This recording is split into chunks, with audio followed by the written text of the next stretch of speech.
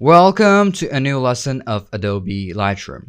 In this lesson, I'm going to show you how you'll be able to use Vibrance and Saturation in Adobe Lightroom. Well, both of these tools are very important in editing a photo or a video, okay? And this is like, a tool where it belongs in all the tools, and in such days or like in our modern age, even, basic like video editors or like photo editors in pre-built ones also have those tools, because this is like a tool where it's going to belong in all of the tools or all of the softwares, okay? And it is like very important. So without any further ado, let's just jump into the lesson. But before going into the lesson, I'm just gonna give you a brief or a short brief of what those actually are, why those are used, and later on give you an example of how you will be able to like use them in Adobe Lightroom. So let's just go into the lesson. So first off is going to be Vibrance in Lightroom. So Vibrance is a smart tool which increases the intensity of the more muted colors, leaving the saturated colors alone. Vibrance also prevents skin tones from becoming overly saturated and unnatural. So what is the use of Vibrance in Lightroom? So the Vibrance slider adds saturation to a photo, but it does not it in such a smarter way than the saturation slider. Okay, so the Vibrance is not an absolute adjustment. It protects already saturated areas or colors and color typically found in skin tones.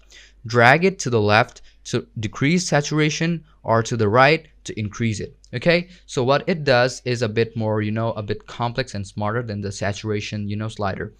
What it does is, scans those area which is like already saturated and does not touch any of it and does not change it.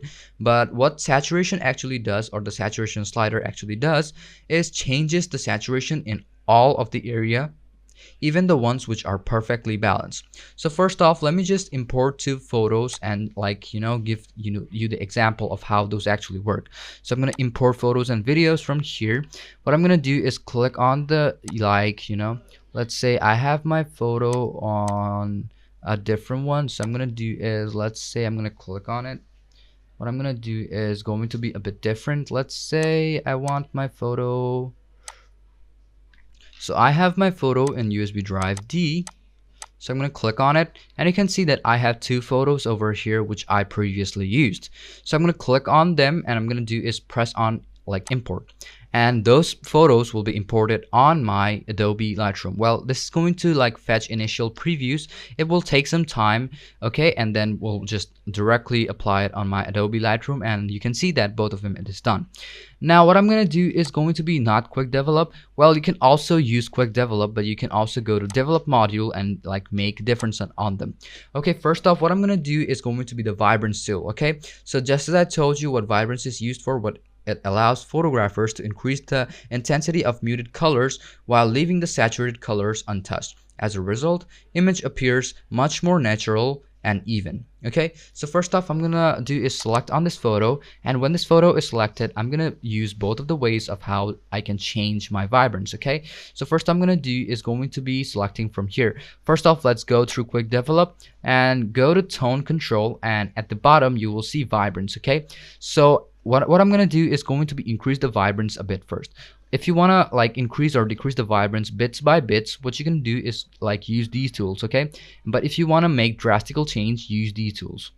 So what I'm gonna do is, first off, just as I told you, increase it bits by bits. So I'm gonna increase it bits by bits, and you can see that there is a bit of difference on the land which I'm seeing over here, right?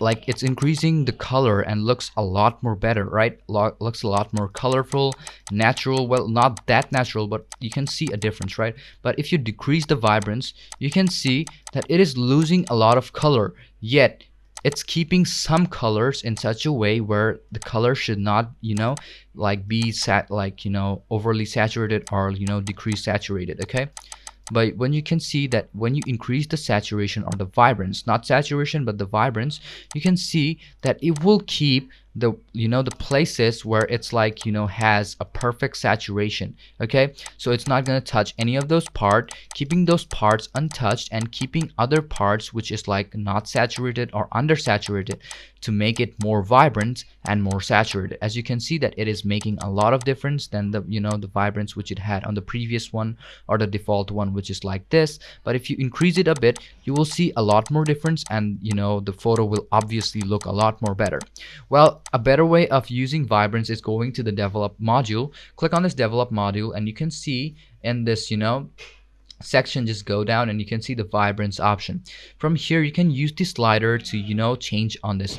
You can also use this section to type in your own, let's say I'm going to type in, let's say keep it 40, type in enter, and you can see it will be 40. If you want -40, you can also do that. Type in -40, hit enter, and there will be -40. Okay, but yet even if you keep it to be 0, you can see that there is a bit of color over here. Okay, so this is like a really bit different from saturation. Later on I'm going to show you what saturation actually is. So saturation works in a different way. Okay, so this is how you will be able to use vibrance. Now let's show you what actually saturation is. So in the color panel, use the saturation slider to adjust the color intensity of all the colors in the photo. Saturation is an absolute adjustment. It affects all the colors equally. So what vibrance does is selects the area, which area is unsaturated, and saturates those areas and keeping the perfectly saturated areas untouched. But what saturation does is selects the whole photo and changes them drastically in every aspect, and also changing the perfectly balanced one, which is a bit of a problem, but you will get through it. Okay, so most of the people mostly use vibrance instead of saturation, but you can make changes by using saturation too. So this is also a big difference. Okay, so if you want to change the saturation, you can see that there is a slider right below vibrance.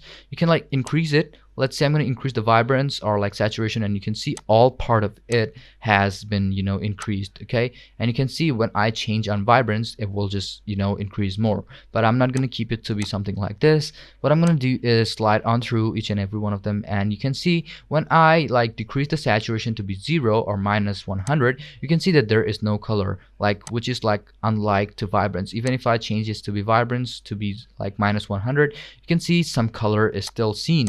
Okay, and you can see over here, and even if you go down to the water, well, you might not see those, well, but yet in the beak you can see that there is a bit of color over here, right?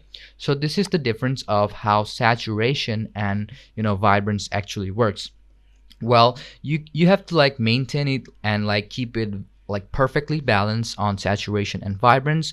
Well, I prefer using the vibrance more because it helps me in most of the cases, keeping the ones which are perfectly balanced to be untouched and the ones which need more saturation to be more saturated. Okay, but you can use both of them, keeping them both to be increase or decrease them in such a way so that it's perfectly balanced, and you will get your final result when you go through each of these tools. Then later you can change in this texture, clarity, dehaze, then temperature, tint, all of those. Well, obviously if you change on those two, it will also make a difference and make your photo look a bit might also make your photo better, but it might also make your photo not that good looking. So you have to keep those things in mind on keeping your vibrance and saturation to be perfectly balanced in such a way that your photo looks good and professional and natural and also even. Okay, so go through these tools, get a preview on each and every one of them by sliding your tool like this, and get a perfect balance of them and make it in such a way so that you can see that it is perfectly balanced and looks a lot more natural, and you will see that you will get a perfect result, or which is interesting to your eye and away. Okay, so hope you guys understood everything in this lesson about vibrance and saturation on how this actually works. So saturation describes the intensity of the color, which I just showed you. Okay, so and the lightness refers to how dark and the light the color actually is. Okay, so hope you guys understood everything in this lesson, and thank you for watching this video and staying with us. If you didn't understand anything, please let us know so that we will guide you through the whole process again and follow these steps so that you don't forget any of these steps and you don't, get into a hassle. Thank you for watching this video again.